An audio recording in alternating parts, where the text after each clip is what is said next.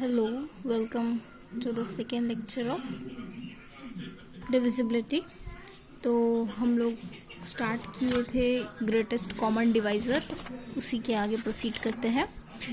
ये हमारा क्वेश्चन है, prove that a, a+2 is equal to 1 और 2 फॉर एवरी इंटीजर a।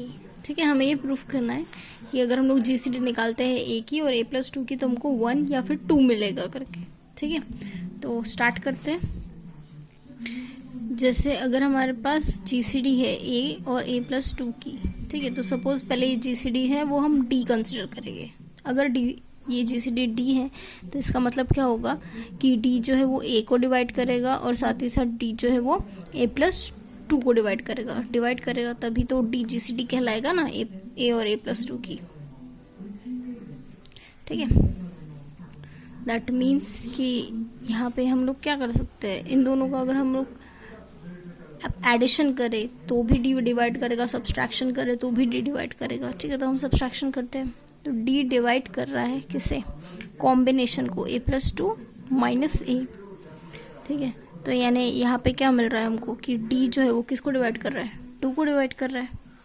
तो इसका मतलब क्या हुआ, जब भी कोई इंटीजर सपोज डिवाइड करता है तो इसका मतलब क्या होता है कि हमने एक थ्योरम पढ़े है कि अगर a डिवाइड्स b है तो b जो है वो always greater than equal to a होना चाहिए। इसका मतलब क्या हुआ कि हमारा d जो है उसका वैल्यू क्या होना चाहिए, या तो वो 1 होना चाहिए या तो वो ज़्यादा से ज़्यादा 2 होना चाहिए, क्योंकि 2 जो है वो हमेशा बड़ा रहेगा किससे, हमारे d से। ठीक है, ये जो प्रॉब्लम हमने किया वो 2 मार्क्स के लिए आया हुआ है समर 19 में। ठीक है, सेम ये जो प्रॉब्लम है वो 3 मार्क्स के लिए आया है समर 18 में। तो ये प्रॉब्लम देखते हैं।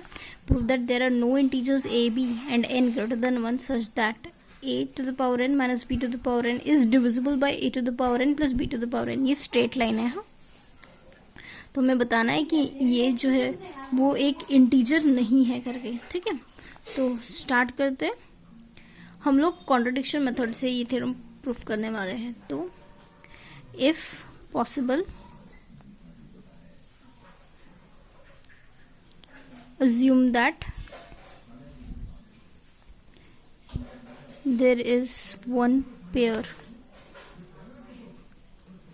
of positive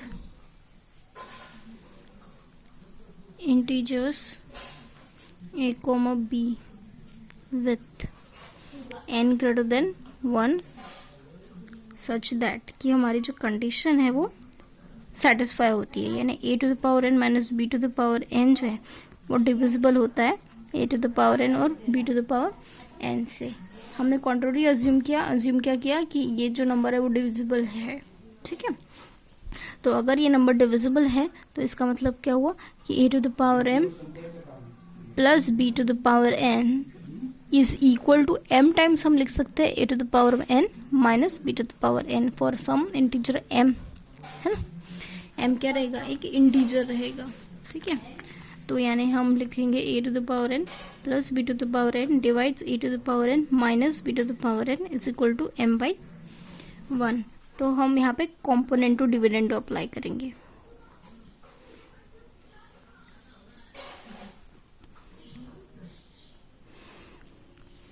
by componendo dividendo यहाँ पे क्या आएगा, a to the power n plus b to the power m minus a to the power n minus b to the power n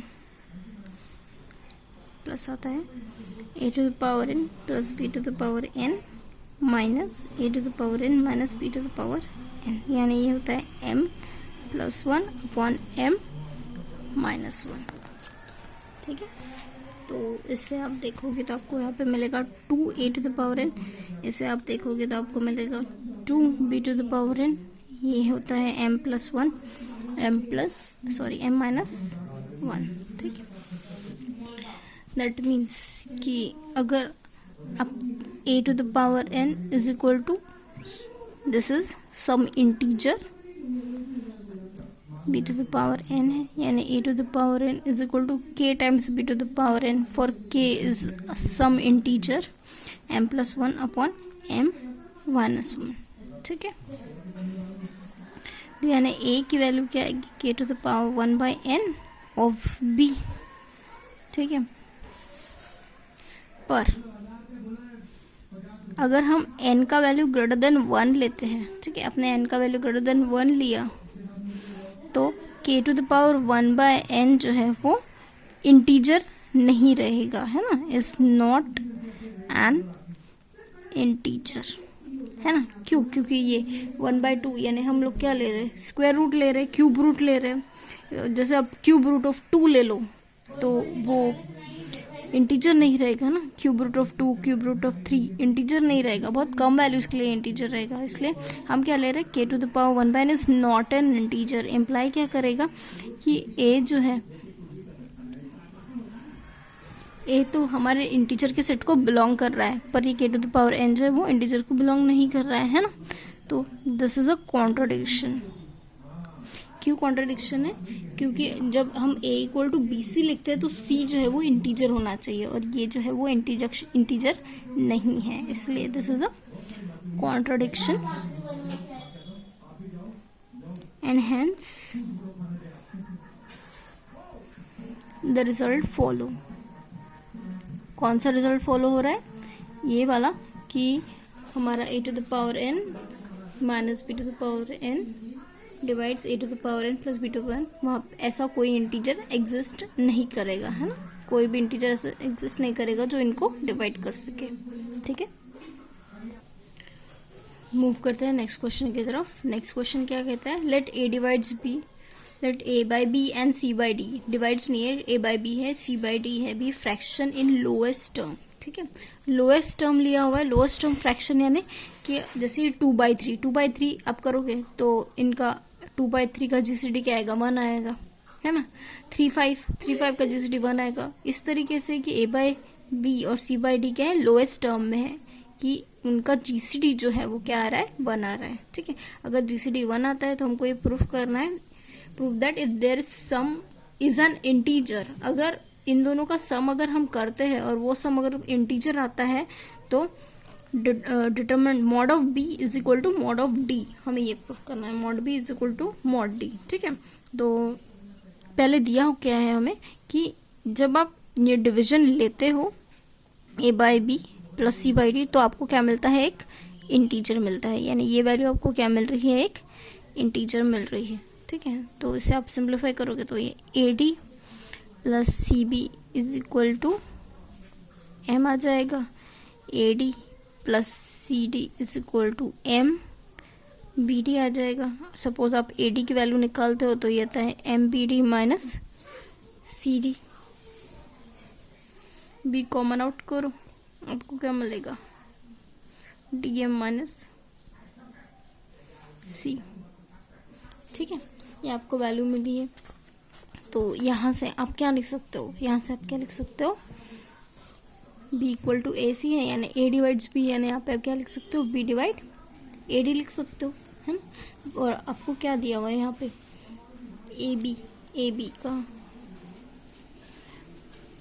A B का सम, greatest common division जो आप कर रहे हो, तो वैल्यू क्या आ रही है, 1 आ रही है ना। जैसे तो यानी आपको यहाँ पे a कॉमा बी ये वैल्यू 1 आती है, दैट मीन्स ये इन दोनों का जीसीडी 1 आ रहा है, तो आप क्या लिख सकते हो, p डिवाइड्स d, है ना। क्योंकि इसका अगर वैल्यू 1 आता है जीसीडी, इसके साथ जीसीडी 1 आता है, दैट मीन्स कि इसको आप ओमिट कर सकते हो और b डिवाइड्स d लिख सकते हो। ठीक है, नेक्स्ट इसे इक्वेशन 1 नाम देते हैं। ठीक है, तो फ्रॉम इक्वेशन 1 अगर हम इक्वेशन 1 देखें तो सपोज अगर मुझे BC की वैल्यू निकालनी है, सपोज हमें BC की वैल्यू निकालनी है, तो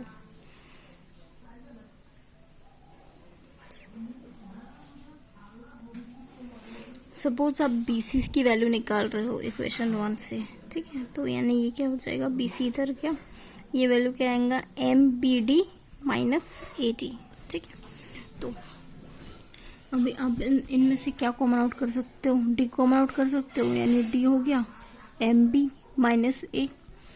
ठीक है, और ये है BC, तो जब हम b इक्वल टू ए सी लिखते हैं तो यानी a डिवाइड्स b होता है, यानी यहाँ पे क्या आएगा d डिवाइड्स बी सी आएगा। पर हमें क्या दिया हुआ है, ऑर्डर पेयर सी डी जो है वो वैल्यू क्या आ रही है 1, सी और डी का ऑर्डर पेयर 1 आ रहा है, यानी आप इसे क्या लिख सकते हो d डिवाइड्स b। ठीक है, क्योंकि अगर इनका सी और डी का जीसीडी 1 है, दैट मीन्स कि डी और बी एक दूसरे को डिवाइड करते होंगे और कोई इंटीजर मिलता होगा, है ना। तो आपने क्या लिखा, बी डिवाइड्स डी और डी डिवाइड्स बी, ये आपने प्रूफ कर दिया है। इसे इक्वेशन 2 नाम देते हैं और इसे इक्वेशन 3 नाम देते। तो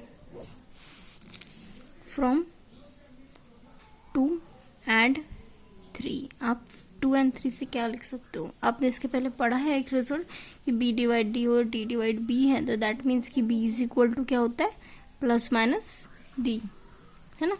या फिर आप इसे ऐसा भी लिख सकते हो mod b is equal to mod d। एक क्वेश्चन देखते हैं, यूनिकनेस ऑफ जीसीडी। ठीक है, अगर हमारे पास a और b दो इंटीजर है, ठीक है, तो उनके जो जीसीडी है देन तो वो जो जीसीडी है वो यूनिक रहेगा, हमें ये बताना है। Let A and B and two integers that are not both zero, दोनों जीरो नहीं है, then their GCD is unique, तो उनका जीसीडी जो है वो यूनिक रहेगा, ये हमें बताना है। ठीक है, तो इसका प्रूफ बहुत ही सिंपल है। If possible suppose that x and y are two GCD, two GCD of A and B। ठीक है, A और B के दो GCD है, एक है X और दूसरा है Y। ठीक है, तो अगर दोनों GCD हैं तो दैट मीन्स हम क्या कर सकते हैं, हम क्या लिख सकते हैं कि एक GCD जो है वो दूसरे को डिवाइड करता होगा, और जब एक दूसरे को डिवाइड करता होगा तो दूसरा भी पहले को डिवाइड करता होगा, है ना। बाय डेफिनेशन ऑफ जीसीडी हमने लिखा। और आपको पता है जब एक दूसरे को डिवाइड करते हैं दैट मीन्स वो दोनों कैसे रिलेशन में होते हैं, x is equal to plus minus Y के रिलेशन में होते हैं। ठीक है, इसका मतलब क्या हुआ, जीसीडी तो हमेशा पॉजिटिव होता है, इज ऑलवेज पॉजिटिव, जीसीडी हमेशा पॉजिटिव होता है, इसलिए हम क्या लिखेंगे x is equal to Y. therefore their GCD are unique. ठीक है, जो दोनों GCD हमने कंसिडर किया था x और y वो क्या है, यूनिक है। ठीक है, एक डेफिनेशन देखते हैं रिलेटिवली प्राइम की। ठीक है, रिलेटिवली प्राइम वो नंबर्स होते हैं जिनका जीसीडी अगर आप निकालते हो तो उनका जीसीडी आपको इक्वल टू 1 मिलता है। जैसे 2 एंड 3, इनका जीसीडी जो अगर आप निकालोगे तो वैल्यू 1 मिलेगी। -12 और 17 कोई भी नंबर कॉमन नहीं है सिर्फ 1 के अलावा, तो हम क्या कहेंगे कि -12 और 17 क्या है, एक दूसरे को रिलेटिवली प्राइम है। जैसे let A and B be integers which are not both zero, A और बी दोनों जीरो नहीं होना चाहिए। अगर उनका जीसीडी 1 आता है तब हम कहेंगे कि ए और B are said to be relatively prime. ठीक है, एक और डेफिनेशन देखते हैं लीनियर कॉम्बिनेशन की। ठीक है, let A and B integers, अगर ए और बी इंटीजर्स है और अगर उनका लीनियर कॉम्बिनेशन अगर हमको लेना है तो लीनियर कॉम्बिनेशन में क्या होता है, लीनियर कॉम्बिनेशन में हम कोई भी दो इंटीजर्स को ऐड करते हैं इन टर्म्स ऑफ दूसरे इंटीजर्स। जैसे linear combination of A and B is the sum of their form, इस फॉर्म में रहते हैं लीनियर कॉम्बिनेशन। ए और बी क्या है, एक दूसरे के लीनियर कॉम्बिनेशन में, where X and Y are integers. मतलब क्या होगा कि अगर मैं कहती हूँ कि ए और बी अगर इंटीजर्स है और मुझे इनका लीनियर कॉम्बिनेशन चाहिए तो मैं कैसे लिखूंगी उन्हें, इन दोनों इंटीजर्स को मैं कोई और दूसरे इंटीजर्स के फॉर्म में लिखूंगी।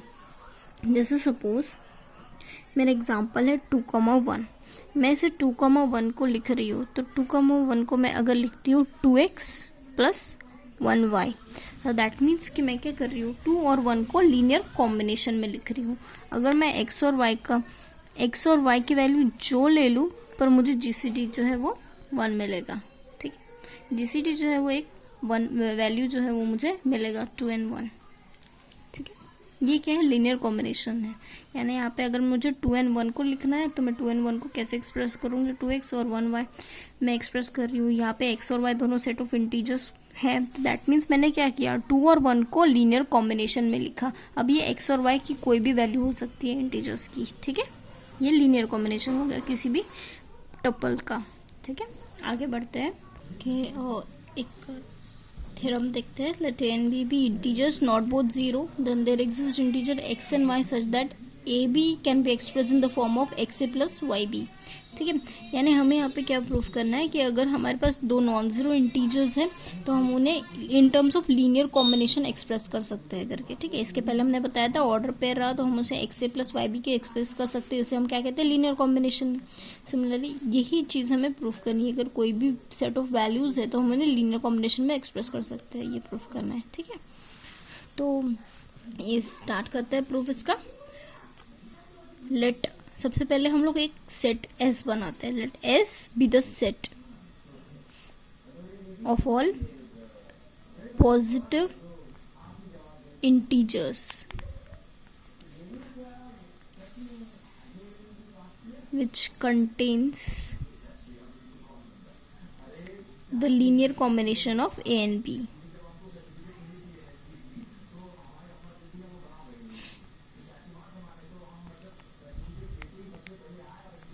ए और बी का लीनियर कॉम्बिनेशन कंटेन करता है। यानी ये जो सेट एस है हमारा, उसे हम कैसे लिख सकते हैं, A M plus N B, इस तरीके से कि A M plus N B जो है वो क्या है, ग्रेटर देन 0 है, और एम और एन जो है वो क्या है, इंटीजर्स है, ठीक है। तो पहले हम लोग क्या शो करेंगे कि हमारा सेट एस जो है वो नॉन एम्प्टी है, ठीक है। We first show that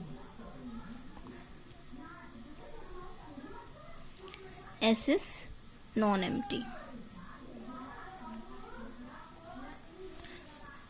by hypothesis। हमें क्या दिया हुआ है कि हमें दिया हुआ है कि A और B जो है वो नॉन जीरो है ना। A and B are not both zero, यानी एक ज़ीरो रह सकता है पर दूसरा ज़ीरो नहीं रहेगा। अगर एक ज़ीरो है तो दूसरा ज़ीरो नहीं रहेगा, ठीक है। तो हम जो हाइपोथेसिस दिया हुआ है वही लिख रहे हैं, A and B are not both zero. A और बी अगर नॉट बोथ ज़ीरो है तो पहले हम लेते हैं ए नॉट इक्वल टू ज़ीरो, ठीक है। ए नॉट इक्वल टू ज़ीरो, तो यानी इसका मतलब क्या हुआ, ए या तो ग्रेटर देन ज़ीरो है या फिर ए लेस देन ज़ीरो है, ठीक है। तो अगर हम एक ग्रेटर देन ज़ीरो चूज़ करते हैं तो पहले हम लेट लेंगे यहाँ पे m इज इक्वल टू 1, ठीक है। m इक्वल टू 1 अगर हम लोगों ने लिया, कोई भी m की वैल्यू कोई भी ले सकते हैं, तो हम a इक्वल टू क्या लिख सकते हैं, 1 डॉट a प्लस यहाँ पे जो वैल्यू आएगी 0 डॉट b लेंगे, ठीक है। 1 डॉट a 0 डॉट b क्यों लिया हमने, क्योंकि यहाँ पे देखो m और n का वैल्यू हम कुछ भी ले सकते हैं। m का वैल्यू 1 लिया तो n की वैल्यू यहाँ पे हमने क्या ली हुई है, 0 ली हुई है। दैट मीन्स हम उसे कैसे लिख सकते हैं, a is equal to 1a। a is equal to हम क्या लिख रहे हैं, M A plus N B के फॉर्म में लिख रहे हैं ना, एन बी के फॉर्म में लिख रहे हैं, ठीक है। इसका मतलब क्या हुआ कि हमने एक एलिमेंट को एक्सप्रेस किया है, इस सेट में बिलोंग कर सकता है ये एलिमेंट, इस तरीके से हमने उसे एक्सप्रेस किया है, ठीक है। और जब हम फॉर ए लेस देन 0 लेते हैं तो हम क्या करेंगे, चूज करेंगे m की वैल्यू। सपोज मैंने चूज किया m की वैल्यू -1, तो यानी a की वैल्यू क्या आएगी, -a की वैल्यू क्या आएगी, -1 इंटू a, क्योंकि a लेस देन 0 है, दैट मीन्स वो नेगेटिव वैल्यू है ना। a लेस देन 0 है यानी वो नेगेटिव वैल्यू है, यानी -1 डॉट a लिखा हमने इसको, और इक्वल टू 0 इंटू b, यानी ये क्या हो गया, m a plus 0 dot b, ठीक है। हमने इस तरीके से लिखा, तो इसका मतलब क्या हुआ, इसमें से hence M A plus 0b and that is M A plus 0b must belongs to S, है ना।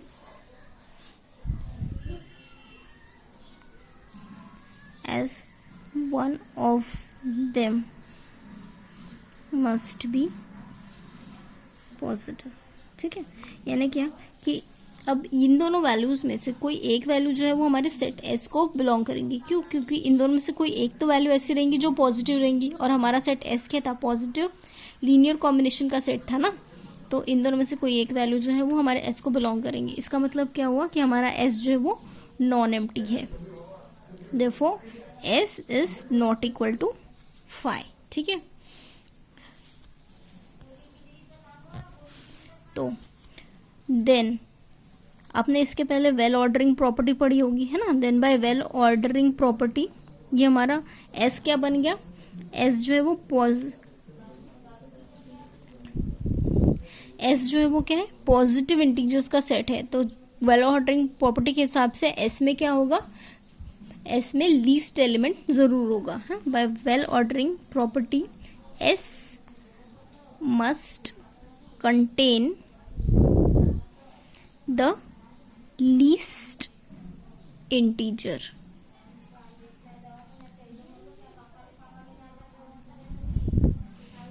उस लीस्ट इंटीजर को हम क्या कहते हैं? से डी। तो इसका मतलब क्या हुआ कि एस में हमारा एक लीस्ट एलिमेंट है जिसे हमने नाम दिया है डी। ठीक है, पर हमारा एस क्या है? By the very definition of S, जो एलिमेंट है, हर एक एलिमेंट कैसा रहता है? एक लीनियर कॉम्बिनेशन के फॉर्म में रहता है ना। Must be a linear combination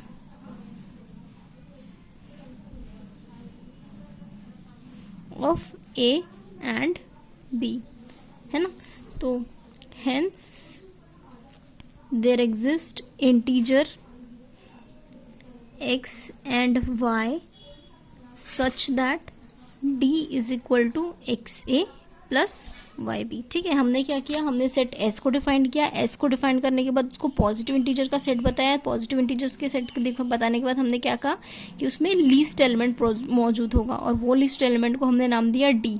अब d s में बिलोंग करता है, इसलिए d जो है वो किस फॉर्म में एक्सप्रेस होगा? लीनियर कॉम्बिनेशन में एक्सप्रेस होगा। ठीक है, इसे आप नाम दे दीजिए 1। अब हम क्या शो करेंगे? वी शो दैट डी जो है वो क्या है? जीसीडी है। किसका? ए और बी का। ठीक है, अगर हमको जीसीडी शो करना है तो हम लोग यहाँ पे क्या शो करेंगे कि डी जो है वो ए को भी डिवाइड करता है और डी जो है वो बी को भी डिवाइड करता है। That is we show that, है ना। हम क्या शो करेंगे कि डी ए को भी डिवाइड करता है और डी बी को भी डिवाइड करता है। ठीक है, आपने डिवीजन एल्गोरिदम पढ़ा था इसके पहले। By division algorithm we have, A को आपने कैसे लिखा था? A equal to D Q plus R, where R has the property that it lies between 0 and D. ठीक है, यानी अगर आप यहाँ से आर की वैल्यू निकालते हो तो होता है ए माइनस डी क्यू, पर डी की वैल्यू आपने क्या लिखा है? X A plus Y B लिखा है क्यू टाइम्स। दैट मीन्स आप यहाँ से ए की वैल्यू निकालो, इसमें से और इसमें से ए की वैल्यू अगर आप निकालते हो तो ये क्या मिलता है? 1 minus X Q of A plus minus Y Q of B. ठीक है, आपने इस तरीके से आर का वैल्यू निकाल लिया। ठीक है, पर आर की क्या प्रॉपर्टी होती है? आर जो है वो क्या होता है? 0 टू डी के बीच में होता है ना। दैट मीन्स बट आर क्या हो सकता है? या तो ग्रेटर देन 0 हो सकता है, या तो फिर वो इक्वल टू 0 हो सकता है ना। पहले ये दो कंडीशन देखते हैं, या तो ग्रेटर देन 0 या फिर इक्वल टू 0। पर जब हम आर ग्रेटर देन 0 कंसिडर करते हैं, सपोज मैंने आर ग्रेटर देन 0 कंसिडर किया, ठीक है, आर ग्रेटर देन 0 कंसिडर किया, इसका मतलब इससे क्या होगा? फ्रॉम इक्वेशन 2 मैं से क्या लिख सकती हूँ? आर क्या है? Linear combination of A and B में है। आर को हम ए और बी के फॉर्म में एक्सप्रेस कर सकते हैं, इसलिए आर क्या है? Linear combination of A and B में हो गया। इसका मतलब हम क्या लिख सकते हैं कि आर जो है वो कहाँ बिलोंग कर रहा है? हमारे सेट एस में बिलोंग करेगा। ठीक है, आर जो है वो हमारे सेट एस में बिलोंग करेगा। पर हमने क्या माना है? हमने क्या माना हुआ है इसके पहले कि इसके पहले हमने क्या माना हुआ है कि R जो है वो 0 लेस देन D के बीच में हो जाएगा, है ना। यहाँ पे R जो है 0 to D के बीच में होगा, यहाँ पे R 0 to D के बीच में होगा। पर इसका पहले हमने क्या माना है कि D जो है वो क्या है, लीस्ट एलिमेंट है। पर यहाँ से हमें क्या पता चल रहा है, 0 less than R less than D से हमें क्या पता चल रहा है कि D जो है वो लीस्ट एलिमेंट नहीं है, implying that D is not the least element.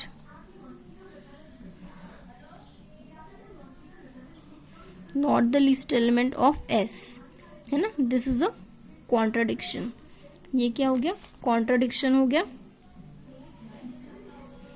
Contradiction हो गया to the fact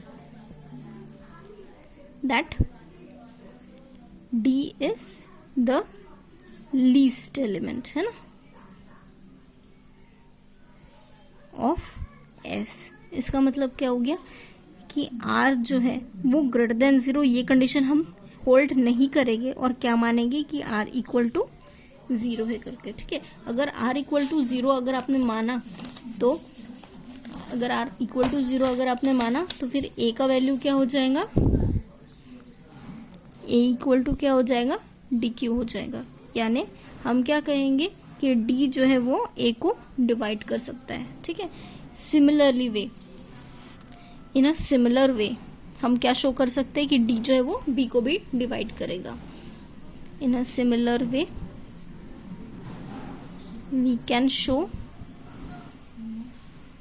that D divides B, ठीक है।